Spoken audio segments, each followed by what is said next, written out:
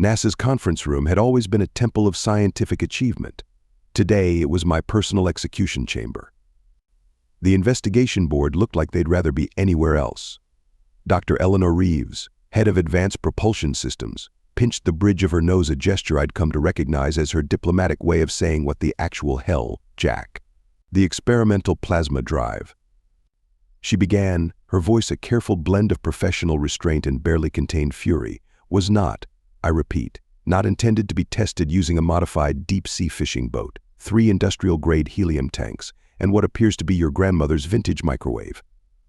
I leaned back in my chair. In my defense, the preliminary calculations were sound. Sound interrupted Dr. Marcus Chen, the lead aerospace engineer. You created a quantum resonance field that temporarily made our research facility appear to be located in what satellite imaging described as somewhere between Peru and the 4th dimension. The incident report was a masterpiece of bureaucratic confusion. 12 acres of research facility had essentially teleported, not destroyed, not damaged, teleported. And while it reappeared exactly 2.7 seconds later, those were 2.7 seconds that would go down in scientific legend.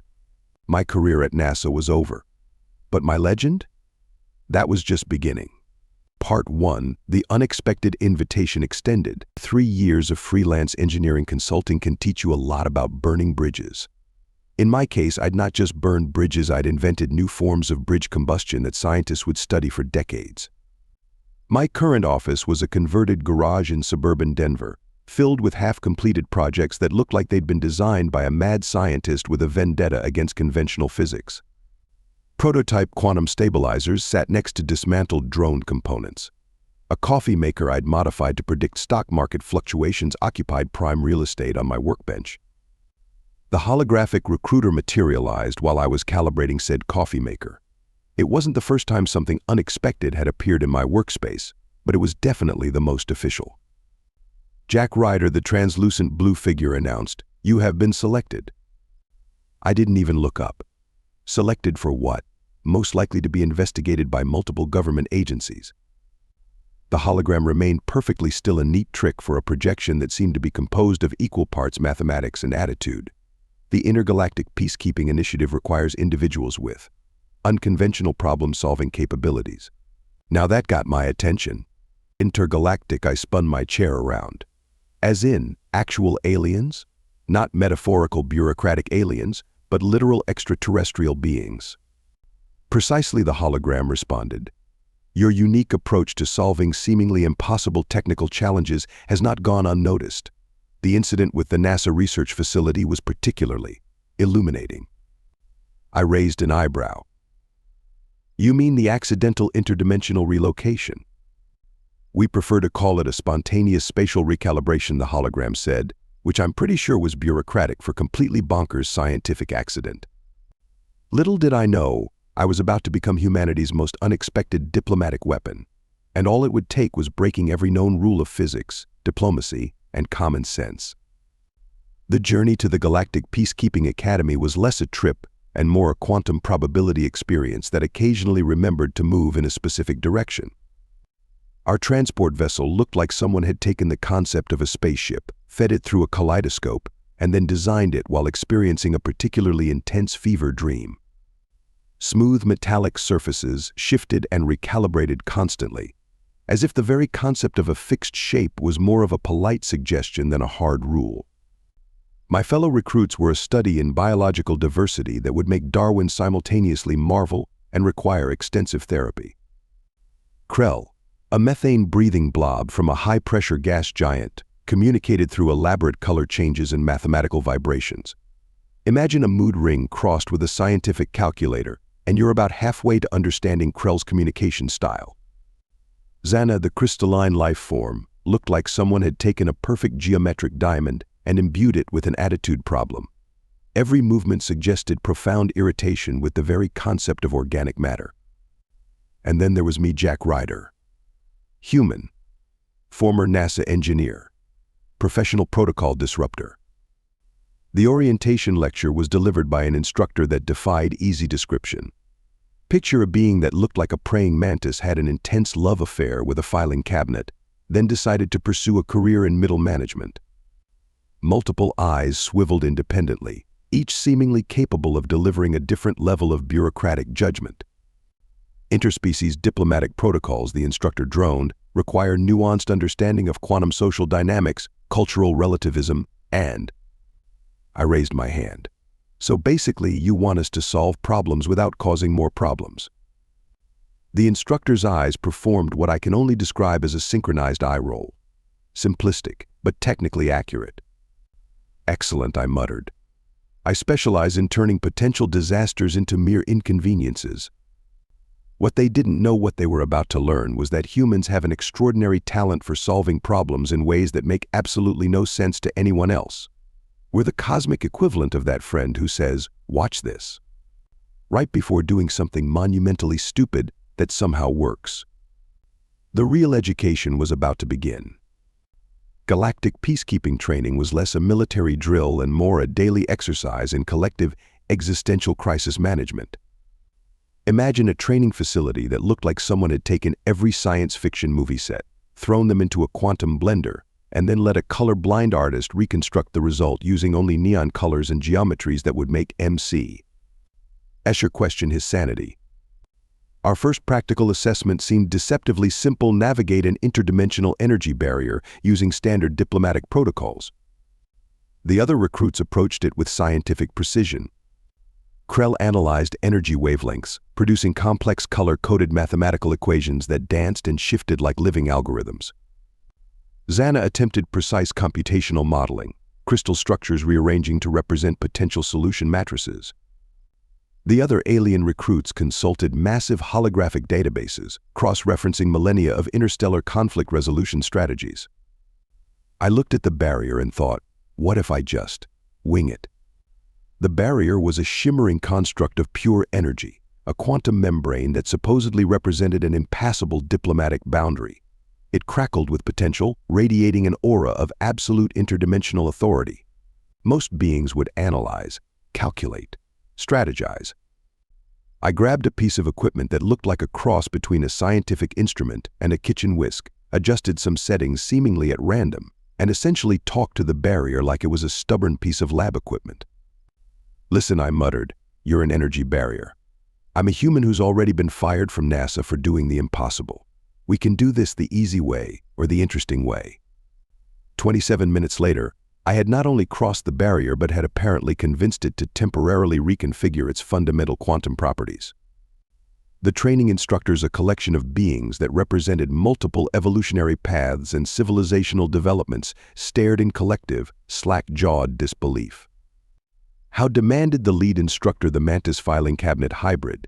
Did you convince a quantum energy barrier to essentially ignore its own fundamental physical properties? I shrugged. Sometimes technology just needs to be convinced. It's like debugging complex software, except the software is literally the fabric of interdimensional spacetime.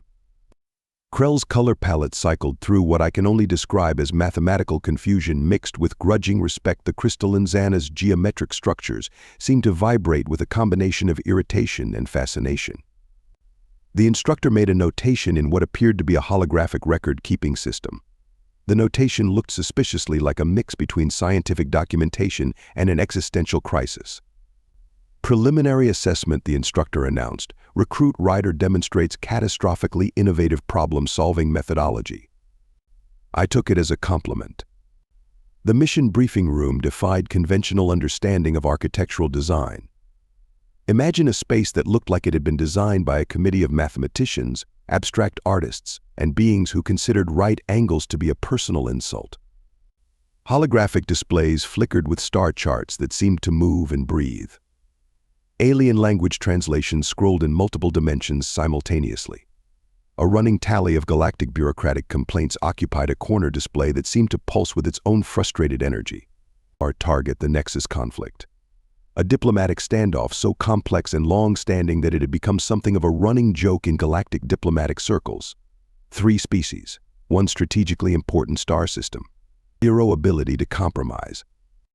The lead strategist was a being composed entirely of what appeared to be living mathematics.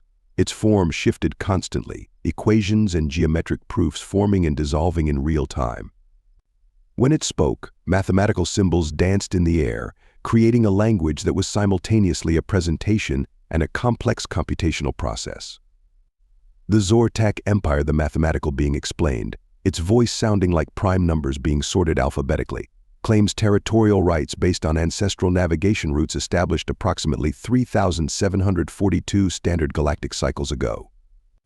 A crystalline projection flickered, representing the quantum collective. Sharp, precise angles outlined a being that looked like a sentient geometric diagram. We dispute this claim, citing quantum entanglement precedents established in the Outer Rim Accords, Section 7, subsection 243.6b. The third representative, a gaseous entity that shifted colors like an angry lava lamp experiencing an existential crisis, simply pulsed menacingly. No words, just pure, unadulterated diplomatic rage. I raised my hand. So let me get this straight. You've got three groups who would rather engage in a centuries-long argument than actually solve anything, and you want us to. What? Hold hands and sing some kind of intergalactic kumbaya. The mathematical strategist's equations actually looked like they sighed. A complex series of calculations briefly formed the universal symbol for "I'm getting too old for this nonsense," if such a thing could be expressed through pure mathematics. We require a solution that circumvents traditional diplomatic approaches, the being stated. Translation: we need a human to do something so crazy it might actually work. Our ship defied every known principle of spacecraft design. Calling it a vessel would be like calling a quantum physics experiment a simple science project.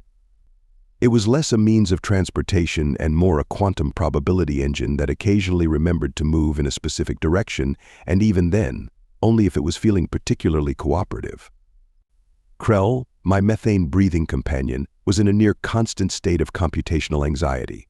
Probability calculations flickered around the blob-like being, creating elaborate light shows that looked like interpretive dance performed by a very nervous spreadsheet. Preliminary risk assessment, Krell bubbled, shifting from a calm blue to an anxious chartreuse, indicates a 99.999963% chance of complete and total diplomatic failure. I grinned. So you're telling me there's a chance? The approach to the contested star system was supposed to be subtle, diplomatic, carefully choreographed to avoid any potential misunderstandings. Spoiler alert: nothing about what happened next could be described as subtle. The first complication arrived in the form of an unexpected quantum interference field, a region of space that most navigators would have carefully analyzed, calculated safe passage for, and submitted requisite paperwork in no less than triplicate. I did what any self-respecting human would do. I gunned the engines and said the magic words that have preceded countless human adventures: hold my theoretical beer. Krell's color palette suggested imminent molecular collapse. The being's mathematical projections were spinning out so fast they were creating small localized probability hurricanes inside the ship. We are violating, Krell gurgled in pure mathematical panic, at least 37 interstellar navigation protocols, 17 quantum transit guidelines, and what appears to be the fundamental laws of causality. Protocols, I responded, wrestling with controls that seemed more interested in exploring theoretical physics than actual navigation, are just suggestions with really impressive letterhead. The ship didn't so much fly through the interference field as it negotiated with it, sideways, with attitude. Imagine a diplomatic meeting where one participant decides to solve everything by doing a metaphorical mic drop, and you're halfway to understanding our approach. Zanna, the crystalline life form, had retreated into what appeared to be a state of pure geometric contemplation. Whether this was a sophisticated alien coping mechanism or just intense embarrassment, I couldn't tell. Our navigational computer, a sophisticated AI that had probably never encountered a human before, was sending what could only be described as increasingly desperate mathematical pleas for rational behavior. No, I told it firmly, adjusting a control panel that I was 87% certain was not actually meant to be touched. We're doing this my way. Somewhere in a distant room filled with galactic bureaucrats, I'm certain multiple beings were simultaneously experiencing aneurysms. Our arrival in the contested system was less a grand entrance and more a cosmic pratfall. We emerged from quantum transit looking like we'd been dragged through a black hole backward, which, come to think of it, wasn't entirely inaccurate. The neutral space station hosting the diplomatic conference looked like it had been designed by an architect who believed right angles were a personal insult. Impossible geometries twisted and turned, creating spaces that seemed to exist in multiple dimensions simultaneously. The representatives of the three warring species were gathered in what passed for a conference room. Their initial reaction to our arrival was a mixture of confusion, hostility, and what I can only describe as profound existential bewilderment. The Zortak representative, a being composed of intricate crystalline structures that shifted and realigned constantly, was the first to speak. Fractal patterns danced across its form, communicating emotional states in complex geometric languages. "You are the crystal being," said, its voice a resonant harmonic that seemed to bypass audio and communicate directly with one's neural pathways, not what we expected. I gave a little wave. Surprise.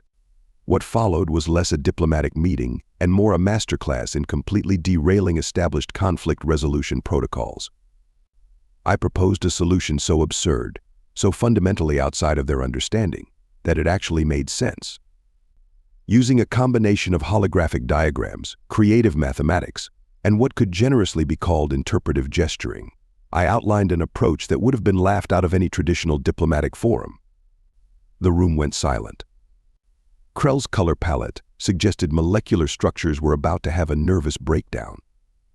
The mathematical strategist back at headquarters would later describe my approach as a violation of every known diplomatic strategy and somehow impossibly effective. Sometimes, being human means solving problems by completely ignoring the fact that they're supposed to be unsolvable. The beauty of my solution was its utter simplicity, which to the assembled alien representatives looked like pure, unfiltered chaos. I had essentially proposed a resource-sharing agreement that was less a diplomatic treaty and more a cosmic game of interdimensional musical chairs. Allow me to break down the complexity of what I'd just proposed. The star system in question wasn't just a piece of celestial real estate. It was a confluence of quantum resources, gravitational anomalies, and strategic positioning that made it more valuable than most planetary economies. The Zortak claimed ancestral navigation rights. The quantum collective insisted on mathematical precedent. The gaseous entity, they just wanted to exist in multiple states simultaneously while maintaining territorial integrity. My solution was elegantly ridiculous. Think of it, I explained, using holographic projections that danced and shifted like living mathematical poetry, as a cosmic timeshare arrangement. But instead of a vacation rental, it's an entire star system. The Zortak's crystalline structure pulsed with what I can only describe as mathematical confusion. Fractal patterns rippled across its form, conveying layers of bewilderment that would take xenolinguists decades to fully translate. The gaseous entity shifted through colors that I'm pretty sure violated several established laws of thermodynamics, quantum mechanics, and basic common sense. The quantum collective's representative, a being that looked like sentient mathematics experiencing an existential crisis, seemed to be simultaneously calculating and having a nervous breakdown. "You want us," the Zortak representative said slowly, each word carefully parsed through multiple dimensional filters, "to treat this strategically critical star system like a cosmic timeshare." "Precisely," I said, grinning. The kind of grin that suggested I was either a genius or completely insane. Possibly both.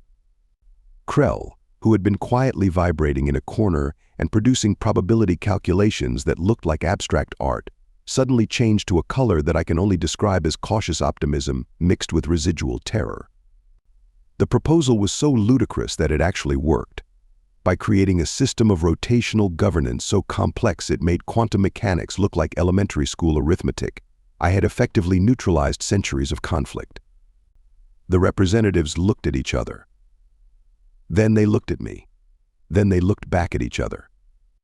"This," the gaseous entity finally said, its color palette suggesting a mix of grudging respect and continued confusion, "is acceptable."